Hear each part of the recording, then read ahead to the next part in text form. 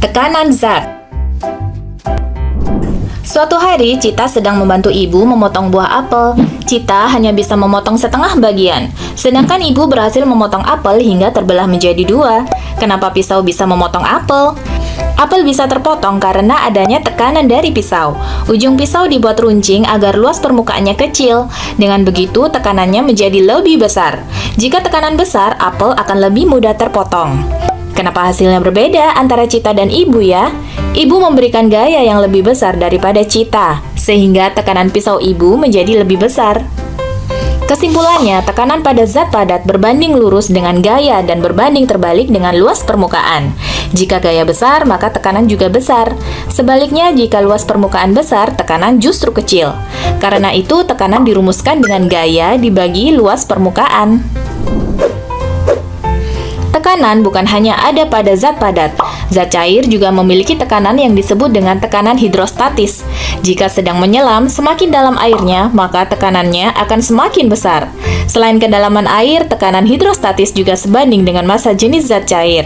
Air laut memiliki massa jenis yang lebih besar daripada air tawar. Karena itu, di kedalaman yang sama, tekanan air di dalam laut akan lebih besar.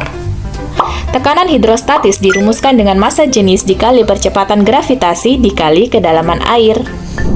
Suatu benda yang dicelupkan ke dalam air akan mendapatkan gaya angkat ke atas yang besarnya sama dengan berat zat cair yang dipindahkan oleh benda tersebut. Hal ini sesuai dengan hukum Archimedes. Rumus gaya angkat atau Fa adalah massa jenis dikali percepatan gravitasi dikali volume benda yang tercelup. Ada 3 kondisi benda ketika berada di dalam air, yaitu mengapung, melayang, dan tenggelam.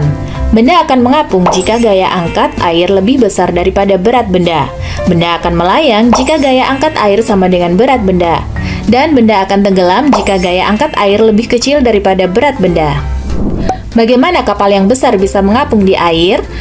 Kapal memiliki bagian lambung kapal yang berisi udara. Ukuran lambung kapal yang besar menyebabkan volume zat cair yang dipindahkan juga besar, sehingga gaya angkat air terhadap kapal menjadi besar. Selain itu, karena lambung kapal berisi udara, berat kapal menjadi lebih ringan. Karena itu, kapal bisa mengapung. Bagaimana dengan kapal selam?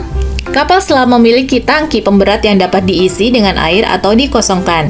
Saat kapal ingin masuk ke dalam air, tangki tersebut diisi dengan air sehingga kapal menjadi lebih berat. Sebaliknya, saat kapal ingin naik ke permukaan, tangki dikosongkan lagi sehingga kapal menjadi lebih ringan dan bisa mengapung kembali.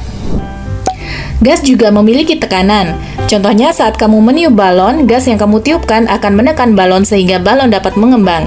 Di sekitar kita juga banyak terdapat gas yang disebut dengan udara atau atmosfer.